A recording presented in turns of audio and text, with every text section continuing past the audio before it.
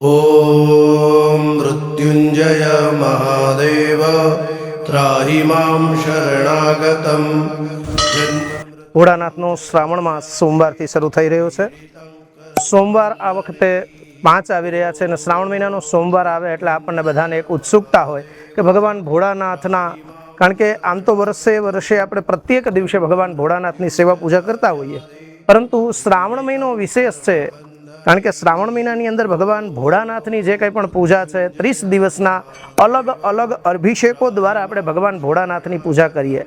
કારણ કે શ્રાવણ માસ એ જ એવો મહત્વનો માસ છે, કારણ કે બધા દેવતાઓના એક એક દિવસ આવે, પણ ભગવાન ભોળાનાથનું આમ કહેવા જઈએ ને તો એક મહિનો આવે, અને મહિનો એટલે શ્રાવણ માસ. ત્રાહિ મામ શરણાગતમ જન્મ મૃત્યુ જરા વ્યાધિ પીડિતં કર્મ બંધનૈ. શ્રાવણ માસ દરમિયાન આમ તો અલગ અલગ વસ્તુઓની પૂજા થાય છે, પરંતુ સૌથી પહેલો સોમવાર ભગવાનને અક્ષત ચડે.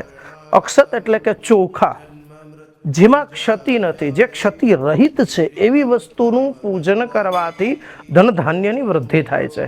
એટલે પહેલી મુષ્ટિ, શિવ મુષ્ટિ શ્રાવણ માસની ભગવાન ભોળાનાથના ઉંબરે ચોખાની મુષ્ટિ એટલે કે અક્ષતની મુષ્ટિ ત્યાં પધરાવવાની અને એનો સાથીઓ કરી ભગવાન ભોળાનાથને દીપદાન કરવું એ શ્રાવણ માસના પ્રથમ સોમવારમાં શ્રેષ્ઠમાં શ્રેષ્ઠ પૂજા વિધિ કહી છે.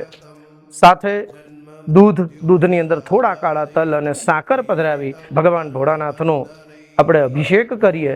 શ્રેષ્ઠમાં શ્રેષ્ઠ, ઉત્તમમાં ઉત્તમ પૂજા એ ભગવાનની શ્રાવણ માસ દરમિયાન આપણને કીધી છે.